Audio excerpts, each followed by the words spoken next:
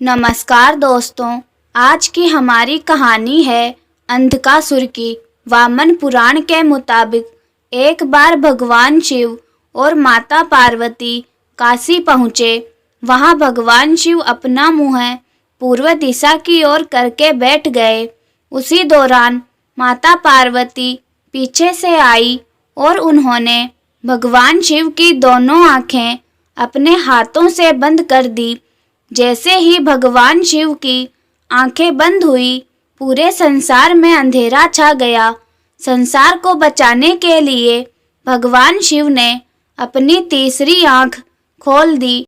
तीसरी आंख खुलते ही संसार में फिर से रोशनी लौट आई, लेकिन गर्मी इतनी तेज थी कि माता पार्वती को पसीना आ गया और जब उनके पसीने की बूंदें धरती पर गिरी तो उन बूंदों से एक बच्चे का जन्म हुआ। वह बच्चा काफी बड़ा और रौद्र था। उसे देखकर पार्वती जी अचंभित हो गई।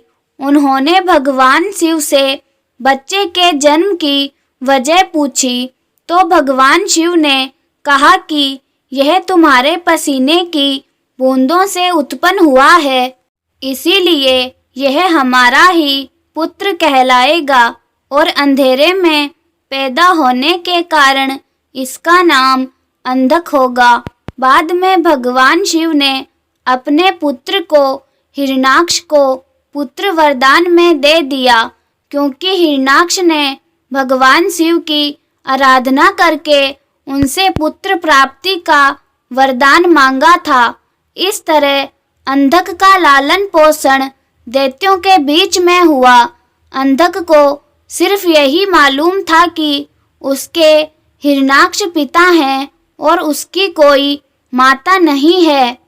आगे चलकर अंधक असुरों का राजा बन गया और उसने भगवान ब्रह्मा की तपस्या करके यौन लालसा का वरदान मांगा। ब्रह्मा जी ने उसे वरदान दिया कि वह अपनी माँ को छोड़कर किसी भी स्त्री के साथ संबंध बना सकता है। उन्होंने यह भी कहा कि अगर तुमने अपनी माँ के साथ संबंध बनाने की कोशिश की तो तुम्हारी उसी समय मृत्यु हो जाएगी। अंधक यह वरदान पाकर काफी खुश हो गया। उसे लगा कि उसकी माँ तो है ही नहीं, तो उसकी मौत कभी भी नहीं होगी। धीरे धीरे अंधकासुर की शक्तियाँ बढ़ती गई और वह देवताओं को हराकर तीनों लोक का राजा बन गया। एक दिन उसके मन में विवाह करने का विचार आया। उसने तय किया कि वह तीनों लोकों की सबसे सुंदर स्त्री से विवाह करेगा। उस समय पार्वती माता से सुंदर और कोई स्त्री नहीं थी। अंधकासुर फौरन माता पार्वती के समक्ष पहुंचा और उनके समक्ष विवाह का प्रस्ताव रख दिया। माता पार्वती ने उसके प्रस्ताव को अस्वीकार कर दिया और उसे वहां से वापस जाने को कहा, लेकिन अंधकासुर नहीं माना और पार्वती जी को जबरदस्ती अपने साथ ले जाने लगा। तभी भगवान शिव वहां प्रकट हुए और उन्होंने अंधक को बताया कि पार्वती जी उसकी माँ है। इस प्रकार से अंधक ने अपनी माँ के साथ विवाह करने की इच्छा जागृत की तो ब्रह्मा जी का वरदान विफल हो गया और भगवान शिव ने उसे मार दिया।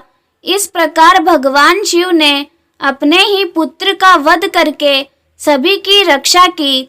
दोस्तों, आप लोगों को भगवान शिव के पुत्र अंधकासुर की यह कहानी कैसी लगी, कमेंट करके जरूर बताएं। कहानी अच्छी लगी हो तो हर हर महादेव जरूर लिखें।